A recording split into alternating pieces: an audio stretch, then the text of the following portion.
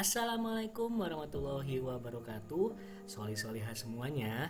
Gimana nih kabarnya? Semoga sehat-sehat selalu ya. Sekarang kita belajar kembali di tema 6 energi dan perubahannya, subtema 1 pembelajaran 5. Hari ini Siti pulang sekolah dijemput oleh ibu.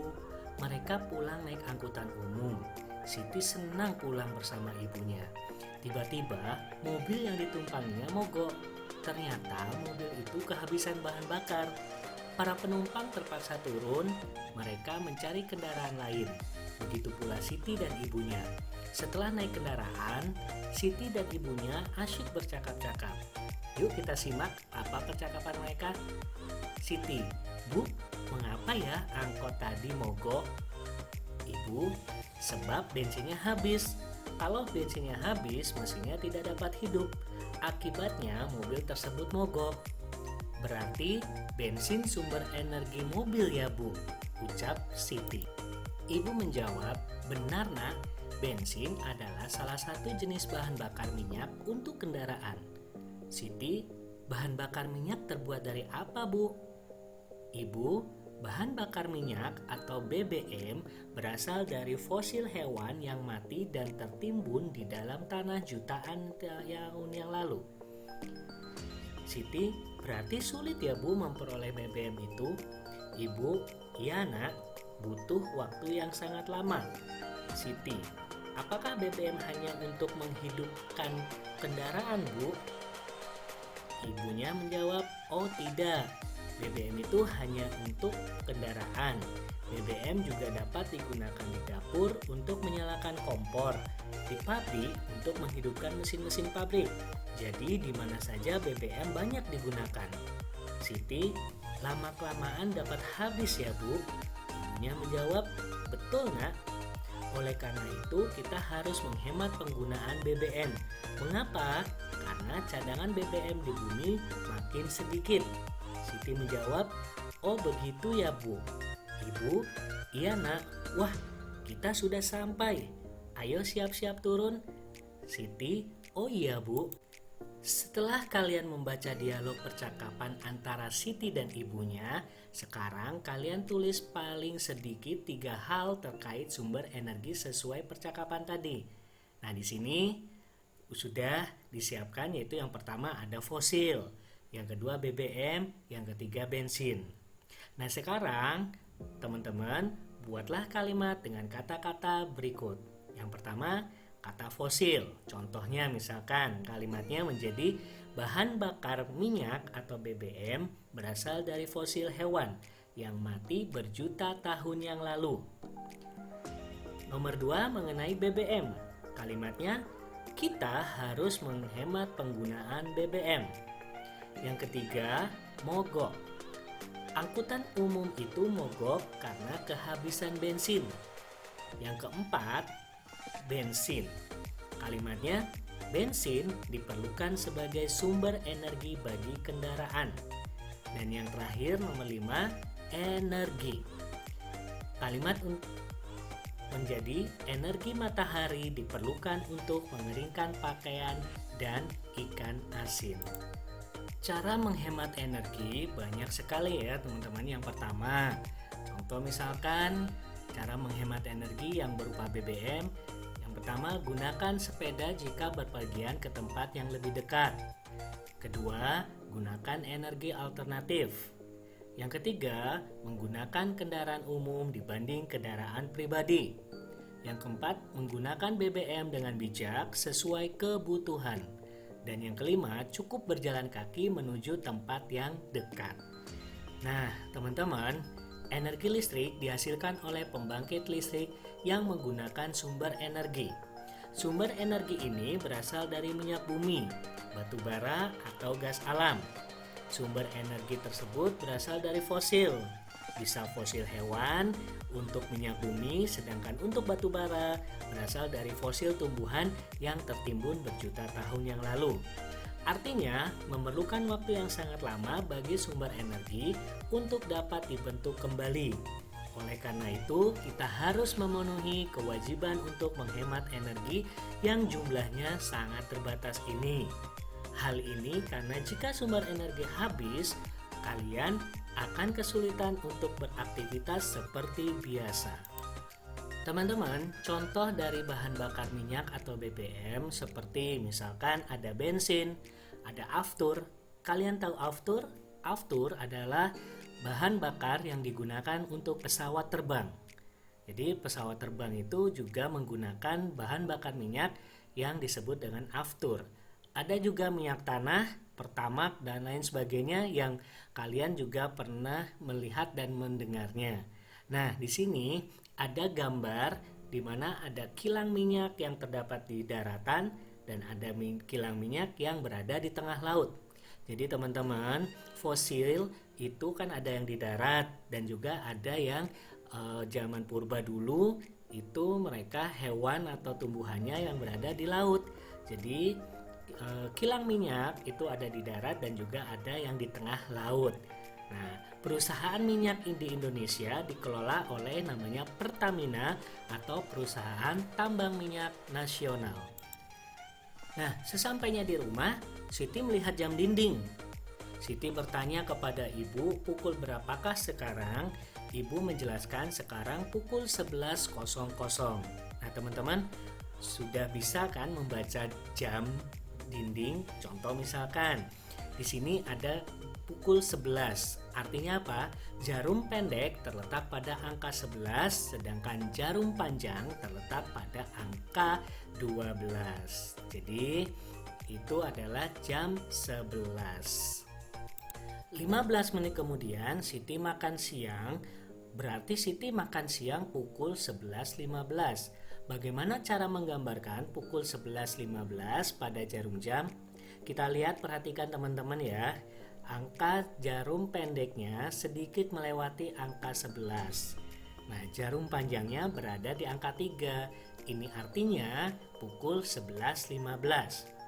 Lalu kemudian 15 menit Siti telah selesai makan. Jarum dinding di rumahnya menunjukkan pukul 11.30. Nah, kalau 11.30 berarti jarum pendek terletak di antara angka 11 dan angka 12.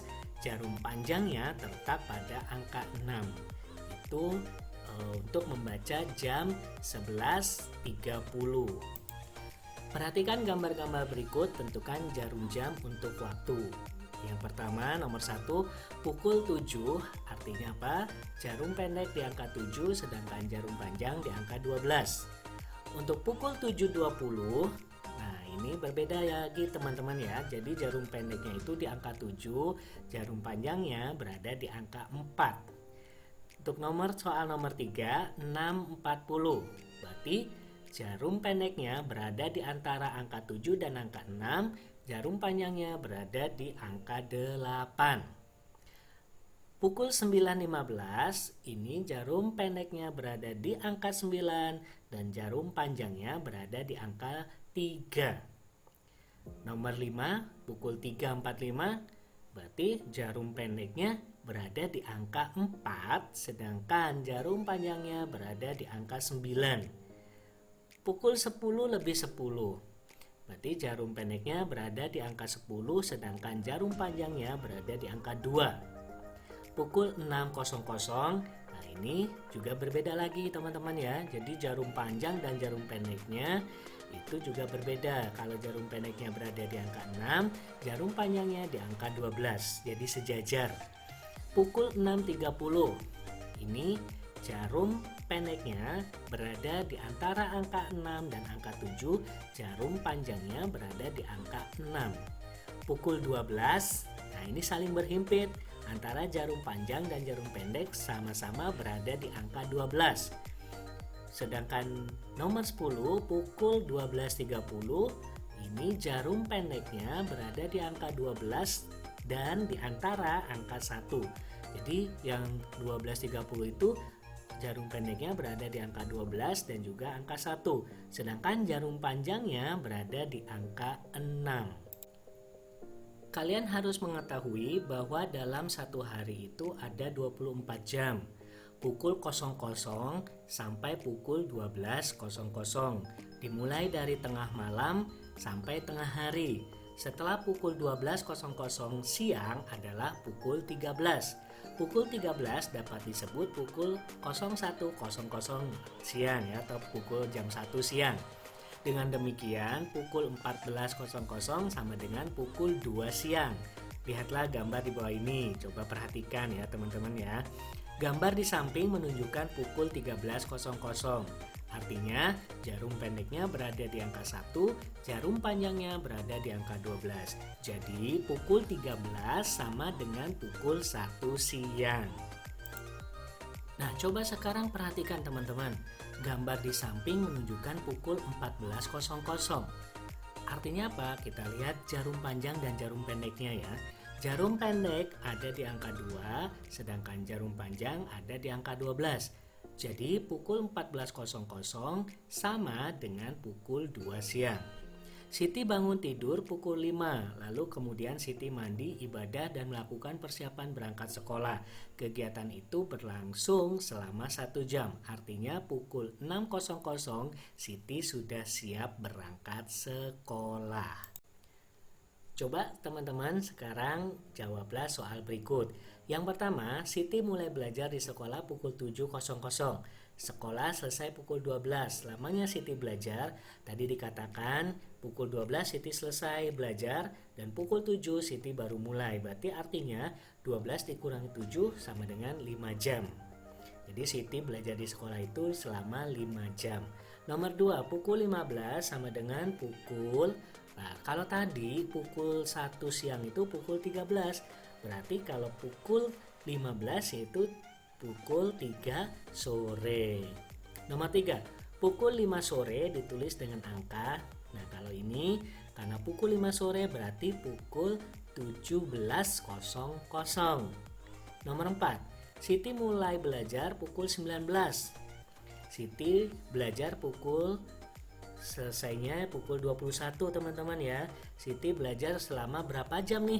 Nah, berarti 21 dikurangi 19 artinya Siti belajar selama 2 jam teman-teman ya. Nah, soal yang terakhir. Pukul 3 sore Siti harus mengaji sampai pukul 5 sore. Lama waktu Siti mengaji. Jadi tadi katanya Siti selesai mengajinya pukul 5. Dan baru mulai pukul 3, berarti 5 dikurangi 3 berarti Siti itu mengaji selama 2 jam teman-teman ya. Jadi teman-teman harus melihat dulu berapa lamanya kegiatan itu dilakukan dan dimulai jam berapa. Jadi tinggal mengurangi lama dan mulainya kegiatan tersebut. Oke teman-teman, jam dan menit merupakan contoh satuan baku untuk waktu. Satuan baku lainnya yaitu detik. Contoh alat ukur yang menggunakan satuan jam, menit, dan detik adalah jam. Teman-teman tahu tidak, ada 2 jenis jam yang biasa kita gunakan sehari-hari, yaitu ada jam analog dan jam digital. Kalau jam analog seperti jam dinding ada di rumah-rumah ya. Sedangkan jam digital biasanya ada juga yang menggunakan hanya angka, misalkan 12.10 itu adalah jam digital. Nah, perhatikan teman-teman dalam membaca sebuah jam, perhatikan angka dan jarum panjang dan jarum pendeknya, di mana ada yang menunjukkan jam dan juga ada yang menunjukkan menit. Untuk menentukan menit, biasanya teman-teman coba perhatikan ada dari angka 12 ke angka 1 itu 5 menit, dari angka 1 ke angka 2 itu 10, dari angka 2 sampai angka 3 berarti 15, seterusnya, dan itu jadi per loncat itu hanya 5 menit. Jadi dari 12 ke 1 itu 5, dari 1 ke 2 juga 5, tapi tinggal ditambahkan. Nah teman-teman, konversi satuan waktu 1 jam sama dengan 60 menit, 1 menit sama dengan 60 detik, dan 1 jam sama dengan 3600 detik. Alhamdulillah teman-teman, kita sudah belajar tema 6 energi dan perubahannya, subtema 1 pembelajaran 5. Sampai ketemu di tema berikutnya. Assalamualaikum warahmatullahi wabarakatuh.